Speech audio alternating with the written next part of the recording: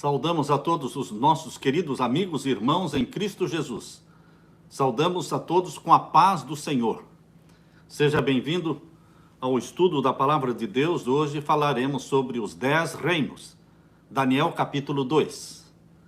Queridos, nós vamos ter estamos tendo uma série de 7 lives sobre as profecias de Daniel. Esta é a segunda live. A primeira foi sobre a Babilônia de Nimrod, a Jerusalém de Deus. Hoje sobre os 10 reinos, capítulo 2 de Daniel. E quarta-feira que vem, vamos estudar sobre o mistério do 666, Daniel capítulo 3. E depois vamos estudar sobre a primeira supremacia papal de 1260 anos, Daniel capítulo 7. E então vamos estudar sobre chegou a hora do juízo, Daniel capítulo 8, às 2300 tardes e manhãs. E aí vamos estudar sobre o capítulo 11 de Daniel, o retorno do poderio papal no tempo do fim. E então, a última live, a sétima, será sobre os 1290 dias e os 1335 dias de Daniel capítulo 12. Você não pode perder nenhuma destas lives. Todo este material, todo este conteúdo que nós estamos apresentando aqui, todos eles estão dentro desses 2 volumes que nós temos aqui, Revelações de Daniel. Revelações das profecias de Daniel. Antes de nós iniciarmos o estudo nesta noite, nós gostaríamos de orar ao nosso Deus, pedindo as bênçãos de Deus sobre vocês e sobre mim. Oremos ao Senhor. Pai Santo que estás nos céus, na Tua presença aqui estamos, em busca da Tua graça, em busca da Tua face, em busca da luz do Espírito Santo, do derramamento do Espírito Santo. O que mais necessitamos agora é que o Espírito Santo seja derramado sobre mim e os meus irmãos, abrindo a nossa mente para entendermos a Tua palavra, a Tua profecia e saber aplicá-la para os nossos dias. Ouve as orações dos teus filhos, orações de intercessão pela salvação de pessoas que nós queremos salvar. Oração por maridos, por esposas, por filhos, pela conversão dos nossos filhos. Ouve as orações que estão sendo feitas neste momento, Pai querido. Se alguém estiver enfermo, passando dores, estiver com alguma doença, Pai, Tu és o médico, Tu és a cura, Tu és a vida. Que em nome de Jesus estas pessoas sejam curadas para a glória do Teu nome. É o que nós pedimos e agradecemos, em nome de Jesus. Amém. Os 10 reinos. Por que é que nós colocamos o título de Os 10 reinos neste tema que falaremos sobre o capítulo 2 de Daniel? É a estátua do sonho que Nabucodonosor teve. Mas a ênfase nossa deve ser os 10 reinos e a pedra que vai atingir e destruir os 10 reinos. Portanto, queridos, nós vamos passar rapidamente sobre a sucessão dos 4 impérios para nos concentrarmos na formação dos 10 reinos modernos dos nossos dias e então a pedra que é o mais importante de todos os acontecimentos na minha e na sua vida é a segunda vinda de Jesus. Não existe outro acontecimento maior. O maior acontecimento na história da Terra foi a primeira vinda de Jesus, que ocorreu há 2000 anos atrás. Agora estamos aguardando o segundo maior acontecimento na história da Terra, o segundo advento, a segunda vinda de Jesus em glória e majestade, como Rei dos Reis e Senhor dos Senhores. Virá para buscar a sua igreja, virá para arrebatar-nos para o céu, para cumprir as promessas que Ele fez. Queridos, abra sua Bíblia em Daniel capítulo 2. Em Amós capítulo 3, verso 7, ali em Amós, Deus diz assim: certamente o Senhor Deus não fará coisa alguma, sem primeiro revelar o seu segredo aos seus servos, os profetas. Deus revela aos seus servos, os profetas, aquilo que está por vir. Você não precisa lançar mão de baralho, de cartomancia, de bola de cristal, astrologia. Deus é quem revela o futuro para você, dando os detalhes. E assim, queridos, Deus fez em Daniel capítulo 2. Deus deu um sonho para Nabucodonosor, que forçou Nabucodonosor declarar a ineficácia, a impotência de toda a magia, de todo o encantamento, de toda a feitiçaria, de toda a bruxaria. Deus fez questão de dar um sonho e fazer com que o rei esquecesse o sonho. Mas a intenção de Deus ao fazer Nabucodonosor esquecer o sonho era mostrar a ineficácia, a impotência, como não vale nada a astrologia, a cartomancia, a bruxaria. Não vale nada. Deus provou isso aqui no capítulo 2 de Daniel.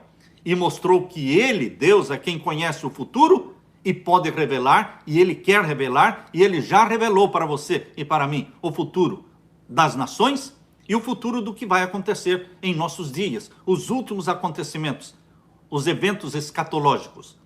Então vamos ler em Daniel capítulo 2, verso 1, quando diz aqui: no segundo ano do reinado de Nabucodonosor, isso foi o ano 603 a.C., teve ele um sonho e o seu espírito se perturbou muito e passou-se-lhe o sono. Ele esqueceu o sonho. Mas ao mesmo tempo que ele esqueceu o sonho, ele não esqueceu a impressão que foi feita na mente dele, aquele sonho. Ele acordou impressionado, perturbado. Ele não se lembrava do sonho, mas sabia ser algo muito importante. O Senhor, em sua providência, tinha em vista um sábio propósito ao dar a Nabucodonosor este sonho, fazendo-o esquecer os pormenores e retendo a impressão de temor em sua mente. Deus desejava que expor as presunções dos sábios de Babilônia. Foi quando então Nabucodonosor convocou para que viesse à frente dele quem? Os astrólogos. Verso 2 agora. Ele chamou os magos. Quem eram os magos? Os magos eram aqueles que diziam ter poder para revelar os mistérios do futuro através de um recipiente com água, onde eles colocavam azeite em cima da água e pelas configurações do azeite na água, eles tentavam decifrar o futuro. Além dos magos, ele convocou também os astrólogos, ou seja, os encantadores. Quem eram os encantadores? Os astrólogos eram aqueles que tentavam predizer o futuro pela configuração dos astros. E os encantadores eram os feiticeiros daquele tempo, que praticavam a magia negra e se comunicavam com os mortos. Além dos magos, astrólogos e encantadores, tinham também os caldeus. Os caldeus eram a elite intelectual daquele tempo, os astrônomos daquele tempo, os grandes matemáticos e filósofos, eles pertenciam a esta classe dos caldeus. E no verso 3, e o rei lhes disse: tive um sonho, e para saber este sonho, meu espírito está perturbado. E os caldeus disseram ao rei em siríaco: ó rei, vive eternamente, dize o sonho aos teus servos, e daremos a interpretação. Respondendo o rei, disse aos caldeus: o que foi? O sonho me tem escapado. Se me não fizerdes saber o sonho e a sua interpretação, sereis despedaçados, e as vossas casas serão feitas em monturo. Mas se vós me declarardes o sonho e a sua interpretação, recebereis de mim dons, dádivas e grande honra. Portanto, dai-me o sonho e a sua interpretação. Os sábios convocados, os sábios que o rei convocou, eram adoradores de deuses de Babilônia. E Deus queria mostrar que os deuses de Babilônia eram falsos. Daniel e os seus companheiros, a princípio, não foram convocados, porque eles não pertenciam aos astrólogos, eles não pertenciam aos encantadores, não pertenciam aos magos, então eles não foram convocados. Queridos, Deus mostra na Bíblia o desagrado, a desaprovação com esta questão de consultar os mortos, consultar a bruxaria, conversar com mortos. Você pode abrir a sua Bíblia em Malaquias, aliás, em Deuteronômio capítulo 18. Deuteronômio capítulo 18, versos 9 a 12. Deus fala sobre o desagrado e a desaprovação dele com relação à consulta aos adivinhos, aos mágicos, aos encantadores. Vamos ler aqui, Deuteronômio 18, versos 9 a 12. Quando vocês tomarem posse da terra que o Senhor, vosso Deus, está dando para vocês, não imitem os costumes nojentos dos povos da terra. Não ofereçam seus filhos em sacrifício, queimando-os no altar. Não deixem que no meio do povo haja adivinhos ou pessoas que tirem sortes. Não tolerem os feiticeiros, nem quem faz despachos, nem os que invocam os espíritos dos mortos. Eu estou lendo a linguagem na Bíblia, a linguagem de hoje, uma linguagem moderna. Aqui fala dos despachos, fala dos feiticeiros, fala de tirar sorte, porque o Senhor detesta os que praticam essas coisas nojentas, diz o Senhor. Queridos, Deus ainda detesta todo tipo de feitiçaria, bruxaria, sessões espíritas, onde os mortos são consultados, astrologia, esse negócio de ler as mãos, esse negócio de ler a bola de cristal, cartomancia, os bruxos, os astrólogos, os feiticeiros, tudo isso é abominável aos olhos de Deus. Nós sabemos que as pessoas acreditam muito em astrologia, leem o horóscopo, cada um sabe o seu signo, mas isso não é de Deus. Na igreja de Notre Dame, aquela grande catedral em Paris, ali bem na fachada dela existe um grande zodíaco na fachada da catedral de Notre Dame. Geralmente os papas, você vê fotografias ou quadros de papas sendo coroados debaixo do seu signo, ou seja, eles acreditavam no zodíaco, eles acreditavam na astrologia. Queridos, a Pottermania tomou conta do mundo. No ano de 1997, a primeira novela da Pottermania, escrita por Joanne Kathleen Rowling, quando esse livro foi lançado nos Estados Unidos, em setembro de 1998, se tornou um best-seller rapidamente. O primeiro filme da série foi lançado em 2001.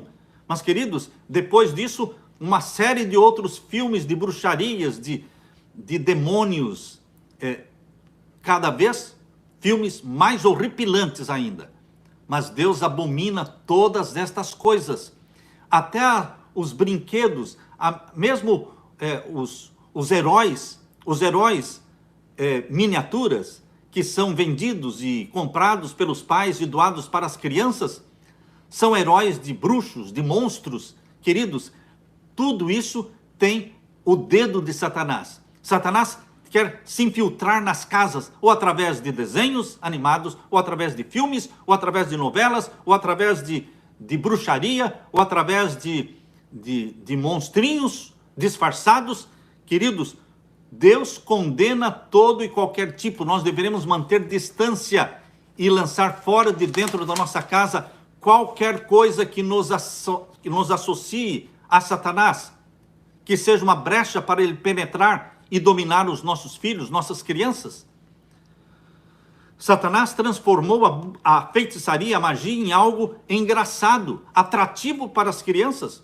Os pais não percebem que a mente das crianças está gradualmente sendo possuída pelo anjo do abismo, Satanás. Bruxos cristãos como C.S. Lewis. C.S. Lewis, tão citado por teólogos cristãos, ele era um bruxo cristão. Ele escreveu Crônicas de Nárnia e o seu melhor amigo, seu best friend, seu melhor amigo era John Tolkien, que escreveu e fez o filme O Senhor dos Anéis. Queridos, nós não deveremos nos iludir com esta ideia de que Satanás não vai se infiltrar e que não vai usar autores cristãos para trazer a bruxaria, a feitiçaria para dentro da igreja. Ele se disfarça, ele se infiltra. Os mortos nada sabem e Deus quer provar através da ineficiência desses mágicos e bruxos lá de Babilônia, Deus quer provar que os mortos não sabem nada. Abra sua Bíblia agora em Eclesiastes capítulo 9. Eclesiastes capítulo 9, versos 5 e 6. Ali Deus diz claramente que não adianta consultar mortos, porque os mortos não sabem nada. Lemos ali em Eclesiastes 9, 5 e 6. Os vivos sabem que hão de morrer, mas os mortos não sabem coisa nenhuma. Quanto eles sabem? Nada. Nem tampouco eles têm jamais recompensa, mas a sua memória ficou entregue ao esquecimento, até o seu amor, o seu ódio, a sua inveja já pereceram e já não tem parte alguma naquilo que se faz debaixo do sol. Eclesiastes capítulo 9, versos 5 e 6. Portanto, queridos, fica aprendida a lição que Deus quer nos ensinar através do sonho que ele deu a Nabucodonosor. Abra sua Bíblia agora em Daniel capítulo 2, versos 17 e 18. Então Daniel foi para casa e fez saber o caso a Ananias, Misael e Azarias. Por quê?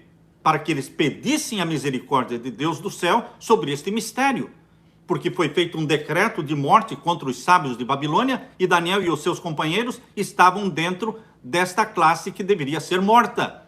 Mas eles pediram misericórdia ao Deus do céu e Deus então fez a revelação. Daniel capítulo 2, verso 20 a 23. Capítulo 2, versos 20 a 23. Falou Daniel e disse: seja bendito o nome de Deus para todo sempre, porque dele é a sabedoria e a força. E ele muda os tempos e as horas. Ele remove os reis e estabelece os reis. Ele dá sabedoria aos sábios e ciência aos entendidos. Ele revela o profundo e o escondido. Conhece o que está em trevas e com ele mora a luz. Ó Deus dos meus pais, eu te louvo e celebro porque me deste sabedoria e força e agora me fizeste saber o que te pedimos, porque nos fizeste saber este assunto do rei. A revelação foi dada a Daniel. Lembre-se, meu querido irmão, de que esta coisa maravilhosa do capítulo 2 de Daniel, quando Deus deu a Daniel o conhecimento do sonho e a interpretação do sonho, isto não teria acontecido sem o capítulo 1. Lembre-se que no capítulo 1, Daniel e os seus 3 companheiros tiveram uma firme determinação de não se contaminar com as iguarias do rei, as comidas do rei, não se prostituírem, não comerem nada imundo. Deus honrou a decisão destes jovens hebreus. Você, quando toma uma decisão firme ao lado de Deus, de fazer do seu corpo o templo do Espírito Santo, Deus vai honrá-lo, Deus vai cumprir com as suas promessas. E aqui em Daniel capítulo 2, e os versos 24 a 25, agora nós lemos. Por isso Daniel foi ter com Arioque, o qual o rei tinha constituído para matar os sábios de Babilônia. Entrou e disse-lhe: não mates os sábios de Babilônia. Introduze-me na presença do rei e darei ao rei a interpretação. Então Arioque depressa introduziu Daniel na presença do rei e disse-lhe assim: achei um dentre os filhos dos cativos de Judá, o qual fará saber ao rei a sua interpretação. Um cativo de Judá dentro de Babilônia fez a diferença no reino de Babilônia. Uma pessoa fiel a Deus faz a diferença no mundo inteiro. Daniel vivia para agradar o Pai Celestial e Deus revelou através dele. Aqui nós lemos em Daniel capítulo 2, versos 27 a 28.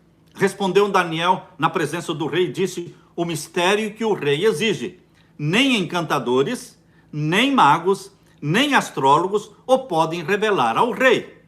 Mas há um Deus no céu. Aleluia! Aleluia! Satanás não é Deus. Os bruxos não são deuses. Queridos, mas há um Deus no céu. É o Deus que eu adoro. É o Deus que você adora. É o Deus de Abraão, de Isaque e de Jacó. É o Deus eterno, é o grande eu sou, é o YHWH, o eterno, o incriado, o existente por si mesmo. Este Deus revela os segredos. Há um Deus nos céus que revela os mistérios, respondeu Daniel. E ele fez saber ao rei o que há de acontecer nos últimos dias. Todo este sonho diz respeito aos últimos dias. A parte mais importante do sonho é a que diz respeito a esta geração que é a nossa, a última geração da terra. Não tenho medo de falar a última geração sobre a terra. É a nossa. Nós vamos ver Jesus Cristo vindo em glória e majestade. Aleluia! Pastor, o senhor está marcando a volta de Jesus?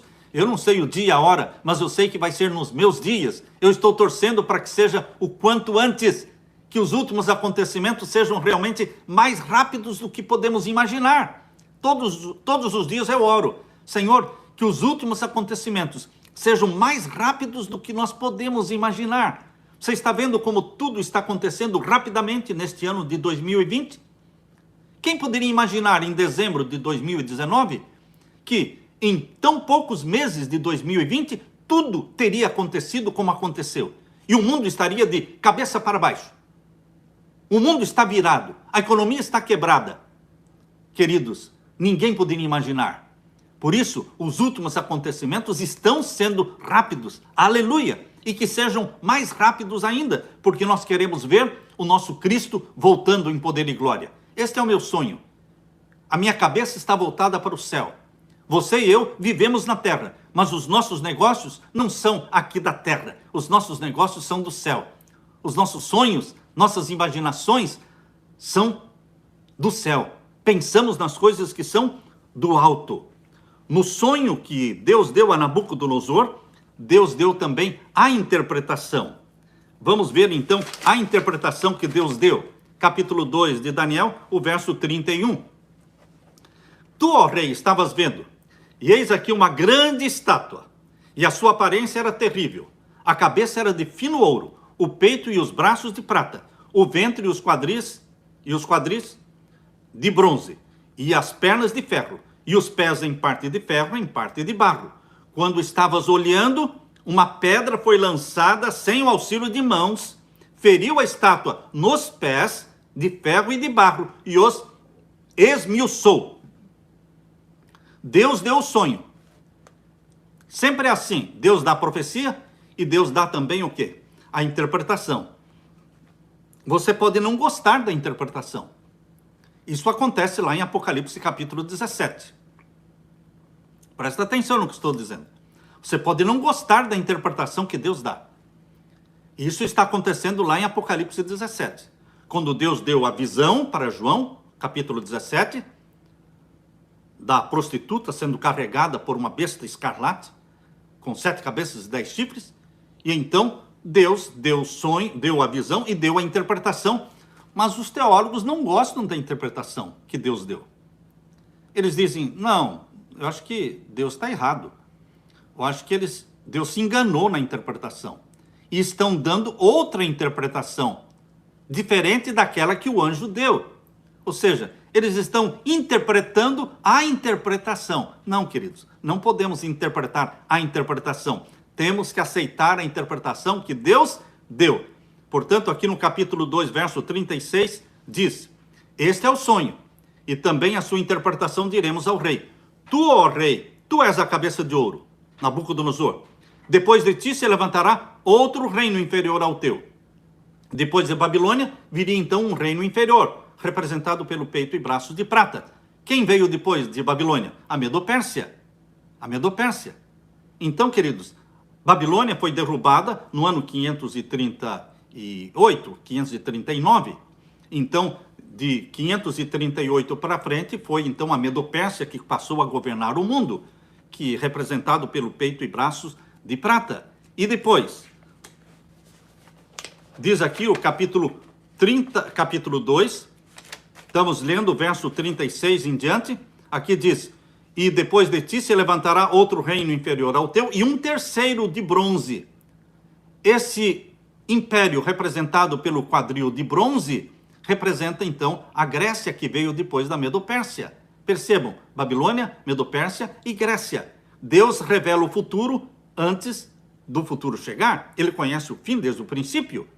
E aqui diz o quarto reino, representado pelas pernas de ferro, será forte como ferro, pois o ferro a tudo quebra e esmiuça. Quanto ao que viste dos pés e dos dedos, em parte de barro, em parte de ferro, será um reino dividido. Contudo, haverá nele alguma coisa da firmeza do ferro. O Império Romano veio depois da Grécia. O Império Romano é representado pelas pernas de ferro. O Império Romano, ele não caiu porque veio um outro reino, um outro exército e derrotou o Império Romano. Não, o Império Romano, ele faliu. Ele se deteriorou. Por isso diz aqui, quanto ao que viste dos pés e dos dedos, em parte de barro, em parte de oleiro, será um reino dividido. O Império Romano, ele foi se dividindo, foi se esfacelando. E surgiram as 10 nações da Europa, representadas pelos 10 dedos da estátua, Queridos, os 10 dedos da estátua representavam as 10 tribos bárbaras que surgiram do Império Romano. Quais eram essas 10 tribos representadas pelos 10 dedos da estátua? Nós temos os francos, nós temos os alemães, nós temos os burgúndios, temos os suevos, temos os vândalos, os visigodos, os saxões, os lombardos, os ostrogodos e os érulos. Estas são as 10 tribos que surgiram do Império Romano. Queridos, elas estão representadas pelos pés de barro e ferro. E os 10 dedos também, em parte de ferro, em parte de barro. A profecia diz que eles tentariam se unir novamente, mas não conseguiriam. Aqui diz em Daniel capítulo 2. Capítulo 2, verso 43. Capítulo 2, verso 43. Misturar-se-ão mediante casamento, mas não se ligarão um ao outro. Vários líderes tentaram unificar essas nações que surgiram do Império Romano e formar um quinto império mundial. Mas a palavra de Deus disse: não se ligarão um ao outro. Esta frase proferida por Deus tem detido e tem impedido muitos líderes mundiais de formar um quinto império mundial. Carlos Magno, ele tentou e foi derrotado. Carlos V, da Espanha, tentou e foi derrotado. Luís XIV, Napoleão Bonaparte, Stalin, Adolfo Hitler, todos são líderes mundiais que tentaram estabelecer um quinto império mundial, mas não conseguiram. Tropeçaram nesta frase: não se ligarão um ao outro. Queridos, hoje nós estamos vivendo nos dedos da estátua. Nós estamos esperando o surgimento do quê? Da pedra. A pedra. A única coisa que falta neste sonho de Nabucodonosor, a única coisa que falta está em Daniel capítulo 2 e o verso 44. Capítulo 2 e o verso 44. Mas nos dias destes reis, dos 10 dedos da estátua, o Deus do céu levantará um reino que não será jamais destruído. Vamos ter um próximo reino? Vamos. É o reino do nosso Senhor Jesus Cristo, que não será jamais destruído. Ele será estabelecido na segunda vinda de nosso Senhor Jesus. Quando na primeira vinda, Jesus estabeleceu, através da sua morte, o reino da graça. E nós estamos vivendo no reino da graça. Mas agora Jesus vai voltar a segunda vez. Né? A segunda vinda de Jesus será para estabelecer o reino da glória. O reino que não será jamais destruído. Diz aqui: mas nos dias destes reis, o Deus do céu levantará um reino que não será jamais destruído. E este reino não passará a outro povo. Esmiuçará e consumirá todos estes reinos e será estabelecido para sempre. Da maneira como viste que do monte foi cortada uma pedra sem mãos, e ela esmiuçou o ferro, o cobre, o barro, a prata e o ouro, o Deus grande fez saber ao rei o que há de ser depois disto. E certo é o sonho, e fiel a sua interpretação. Queridos, nós estamos vivendo nos dedos da estátua. Agora, queridos, daqueles 10 dedos, daquelas 10 tribos que surgiram do Império Romano, 3 foram destruídas: érulos, vândalos e ostrogodos. Os érulos, os vândalos e os ostrogodos não mais existem. No ano de 493, os érulos foram destruídos. No ano de 534, os vândalos foram destruídos. E no ano de 538, os ostrogodos foram destruídos. Então, daqueles 10, só existem 7. Mas a Bíblia é clara, aqui em Daniel capítulo 2, que quando a pedra foi lançada do céu, sem mão, atingiu a estátua nos pés, com 10 dedos. Então, meu querido irmão, nós temos que entender que este sonho diz respeito aos nossos dias. Porque em nossos dias, a terra estará se formando, estará sendo formado um reino, formado por 10 outros reinos, chamado de Nova Ordem Mundial. A nova ordem mundial, ela não é um reino só. A nova ordem mundial é um sistema de governo que vai dominar 10 reinos da terra. É um reino religioso e civil, representado pelo papado, dominando as 10 supernações na terra, os 10 reinos. Esses 10 reinos modernos que vão existir na terra, quando Jesus Cristo descer do céu, quando a pedra for lançada do céu, esses 10 reinos modernos estão sendo formados. E queridos, nós não podemos esquecer de que as profecias de Daniel e as profecias do Apocalipse, elas falam dos mesmos assuntos. Falam dos mesmos assuntos. Assim como Daniel fala do santuário celestial, em Daniel capítulo 8, o Apocalipse também fala do santuário celestial. Assim como Daniel fala da segunda vinda de Jesus, o Apocalipse também fala da segunda vinda de Jesus.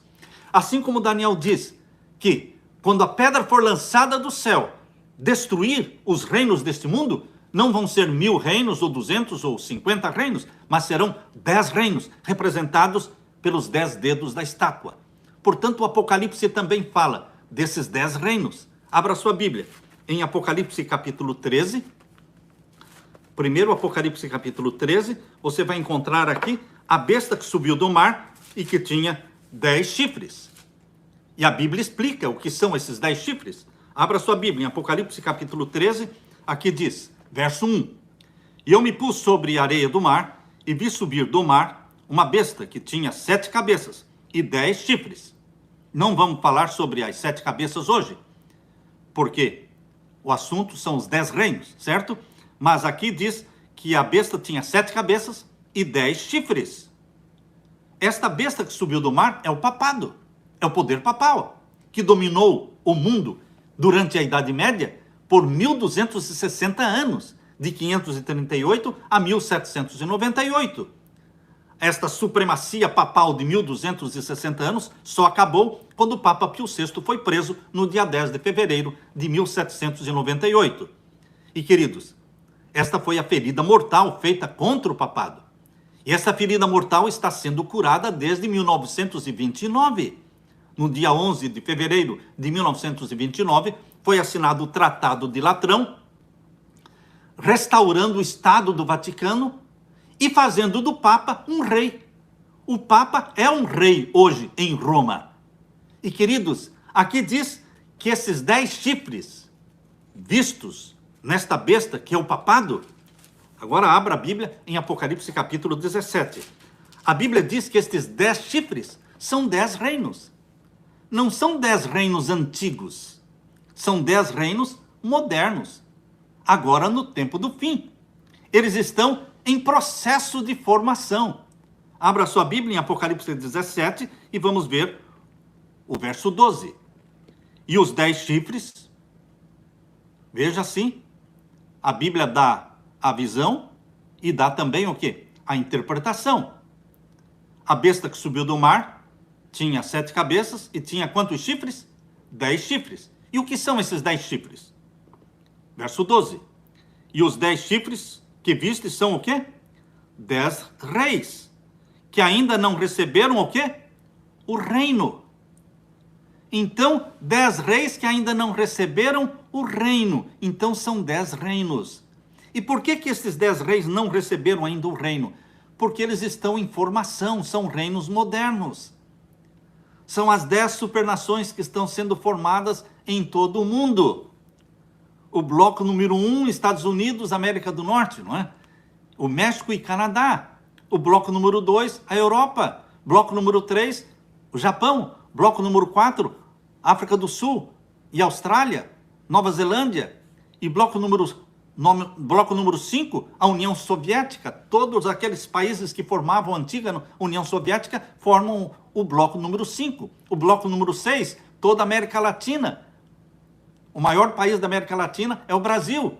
Queridos, isso já existe, são coisas que já existem. Estão sendo formados estes 10 reinos modernos. E o bloco número 7 é o norte da África. É o norte da África e todo o Oriente Médio. É o bloco das nações árabes. estão sendo processados. Este reino está em processo de formação. Desde a guerra do Iraque, e depois passou para o Egito, e depois passou para a Líbia, e depois passou para a Síria, e ainda vão ter que fazer guerra contra o Irã, e ainda vão ter que fazer guerra contra o Sudão. Queridos, eles estão formando o quê? O bloco número 7. E o bloco número 8 é o centro da África. A África tropical, o centro da África. E o bloco número 9 é a Ásia. E o bloco número 10 é a China, é a Mongólia e a Coreia do Norte. Queridos, aí estão os 10 blocos, os 10 reinos modernos que existirão na terra quando a pedra descer do céu. Daniel capítulo 2 fala dos 10 dedos que vão existir quando a pedra descer do céu, Jesus Cristo vindo com poder e glória. E Apocalipse capítulo 17, verso 12, fala dos 10 reinos que vão existir na terra no tempo do fim. Queridos, louvado seja Deus pela revelação. Deus dá a profecia e Deus dá o quê? A revelação. A segunda vinda de Jesus Cristo é a nossa bendita esperança. Jesus Cristo virá, não de forma secreta como muitos pensam. Não, queridos. O arrebatamento não será secreto. Será visto por todos. A Bíblia diz que a volta de Jesus será visível. Todos os olhos o verão. Olhos de amor e olhos de ódio terão que contemplar a vinda gloriosa de Jesus Cristo. Uns chorarão de alegria assistindo a segunda vinda de Jesus. Outros chorarão de tristeza e de terror, porque não se prepararam para a segunda vinda de Jesus. Abra sua Bíblia em Mateus capítulo 24. Abra sua Bíblia em Mateus capítulo 24 e vamos ver o verso 30. Mateus capítulo 24 e o verso 30. Aqui lemos: Então aparecerá no céu o sinal do Filho do Homem, e todas as tribos da terra se lamentarão e verão o Filho do Homem vindo sobre as nuvens do céu, com poder e grande glória. Todos verão Jesus Cristo vindo nas nuvens do céu. Todos, todas as tribos, ateus e cristãos, cristãos e budistas, e muçulmanos, todos vão ver a volta de Jesus. E queridos, Jesus Cristo não virá sozinho, ele virá com todos os seus anjos. Aqui diz o verso 31, e ele, Jesus, enviará os seus anjos com rijo clamor de trombeta. Não é nada secreto, não é nada às ocultas, é tudo muito visível, literal. Todo o exército do céu desce com Jesus Cristo, e ele enviará os seus anjos com rijo clamor de trombeta, os quais ajuntarão os seus escolhidos desde os 4 ventos de uma a outra extremidade dos céus, norte, sul, leste e oeste. Deus recolhe todos aqueles que foram comprados pelo sangue de Jesus Cristo, comprados pela prata das suas lágrimas, pelo ouro do seu sangue. Nós vamos ser resgatados e levados para a casa do nosso Pai. A volta de Jesus é literal, é visível. É assim que a palavra de Deus diz aqui em Atos capítulo 1. Abra sua Bíblia em Atos capítulo 1 e os versos 9 até o verso 11. Atos capítulo 1 e os versos 9 até o verso 11. Aqui nós lemos: quando Jesus estava no Monte das Oliveiras, subindo para o céu, os discípulos olhando Jesus subir para o céu, tristes porque ele estava indo embora, 2 anjos desceram até os discípulos para confortar o coração dos discípulos. E veja o que os anjos falaram para os discípulos. Atos capítulo 1, versos 9 a 11. E quando dizia isto, vendo-o eles, foi elevado às alturas. Jesus foi subindo, e uma nuvem o recebeu, ocultando-o dos seus olhos. E estando com os olhos fitos no céu, enquanto ele subia, eis que junto deles, dos discípulos, se puseram 2 varões vestidos de branco, 2 anjos, e os quais lhes disseram: varões galileus, por que estáis olhando para o céu? Esse Jesus que dentre vós foi recebido em cima nos céus, há de vir, assim como para o céu o viste subir. A volta de Jesus não é secreta. Ele subiu para o céu de forma visível. Ele voltará do céu de forma visível, assim como o viste subir. Ele subiu para o céu de forma corpórea. Um corpo glorificado, mas era um corpo. Ele voltará também de forma corpórea. Queridos, Jesus Cristo virá para nos arrebatar, mas nós não iremos para o céu sem os nossos queridos que já morreram, não. Os nossos queridos que já morreram, eles precisam ser ressuscitados. E ao serem eles ressuscitados, eles serão ressuscitados perfeitos, já glorificados. Abra sua Bíblia em 1 Tessalonicenses capítulo 4 e veja que na segunda vinda de Jesus, ele vai ressuscitar os justos mortos, todos os que morreram crendo em Jesus Cristo, amando a Jesus Cristo, eles ressuscitam glorificados na segunda vinda de Jesus. E serão arrebatados juntamente com todos os salvos vivos que são glorificados no abrir e fechar de olhos. Os mortos ressuscitam glorificados e os santos vivos são glorificados no abrir e fechar de olhos, para serem arrebatados juntos. Ninguém vai antes para o céu. Os mortos não vão antes para o céu, os vivos não vão antes para o céu, eles vão juntos sendo arrebatados para encontrar Jesus nos ares. Presta atenção no que nós vamos ler então. 1 Tessalonicenses capítulo 4, versos 16 e 17. Porque o mesmo Senhor descerá do céu com alarido, não é secreto, não é no anonimato, não é escondido. Não é que Jesus vem e leva e ninguém ficou sabendo. Não existe arrebatamento secreto, queridos. Existe arrebatamento, mas não é secreto. Um será levado, outro será deixado, mas não é secreto, é visível. Aleluia, aleluia. Aqui diz, porque o mesmo Senhor descerá do céu com alarido, com voz de arcanjo e com a trombeta de Deus. E os que morreram em Cristo ressuscitarão primeiro. Por quê? Porque os que morreram sem Cristo vão ressuscitar na segunda ressurreição, no final dos 1000 anos. Os que morreram em Cristo ressuscitam primeiro, no começo dos 1000 anos, exatamente na segunda vinda de Jesus. Começam os 1000 anos, quando Satanás ficará preso por 1000 anos. Ele é preso no começo dos 1000 anos, exatamente na segunda vinda de Jesus. Jesus vence a morte, ressuscitando os seus queridos que morreram, crendo nele. Jesus venceu a morte quando ressuscitou da morte, e Jesus vence a morte, ressuscitando o seu povo da sepultura, glorificados. Este é o nosso Jesus. Eu não preciso de outro Deus. Jesus Cristo Todo-Poderoso, que venceu a morte e que vai ressuscitar os nossos queridos que já morreram. Veja agora o verso 17. Depois nós, os que ficarmos vivos, todos aqueles que não morrerem, permanecerem vivos até a volta de Jesus, serão glorificados no abrir e fechar de olhos.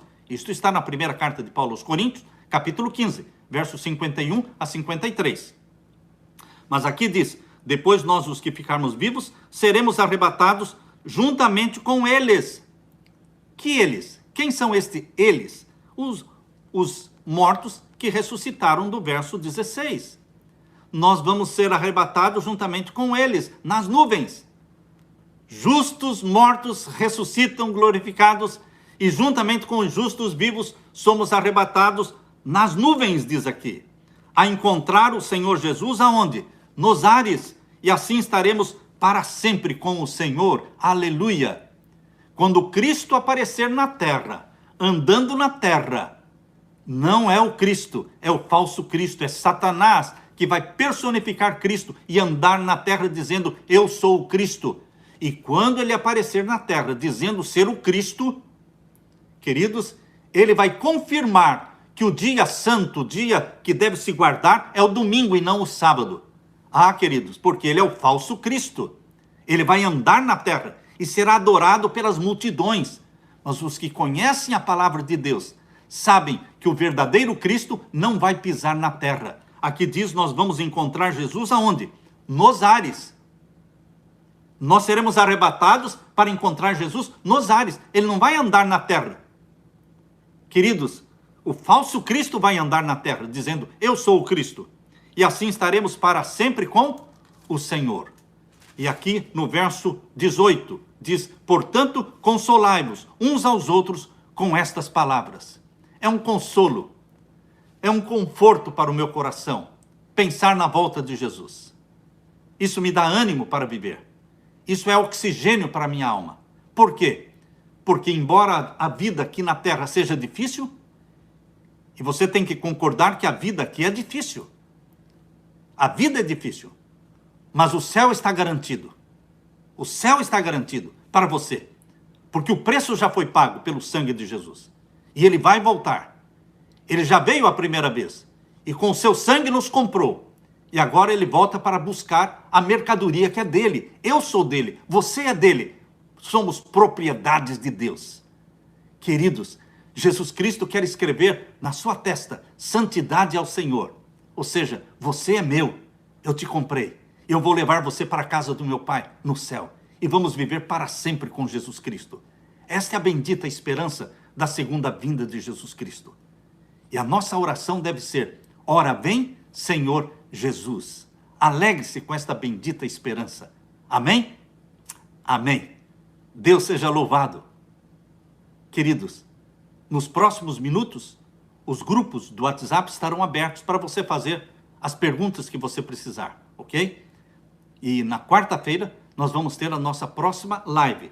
A live de quarta-feira será o mistério do 666. Eu quero orar agora com você. Feche os olhos. Pai Santo que estás nos céus, obrigado porque o Senhor não faz nada sem revelar primeiro os seus segredos aos teus servos e deixou isto escrito na tua palavra. Obrigado porque Jesus Cristo nos comprou com o seu sangue. E agora ele está voltando para buscar aquilo que é dele. Ele comprou, nós somos propriedade de Deus. E ele vem nos buscar para nos levar. Que cada pai, cada mãe, cada família se consagre a ti, Senhor. Cada pai diga com a esposa: nós serviremos ao Senhor, porque a nossa casa pertence a Jesus Cristo. Você, pai, você, mãe, vocês precisam se apresentar diante de Jesus, dizendo: eis-me aqui com a família que o Senhor me deu. Volte logo, querido Jesus. Registra lá no livro da vida a nossa decisão, o nosso amor, o nosso apreço por Jesus Cristo e o nosso desejo de que Ele volte logo. É em nome dele que clamamos e agradecemos. Em nome de Jesus. Amém. Amém. Fique com a paz de meu Senhor Jesus. Amém.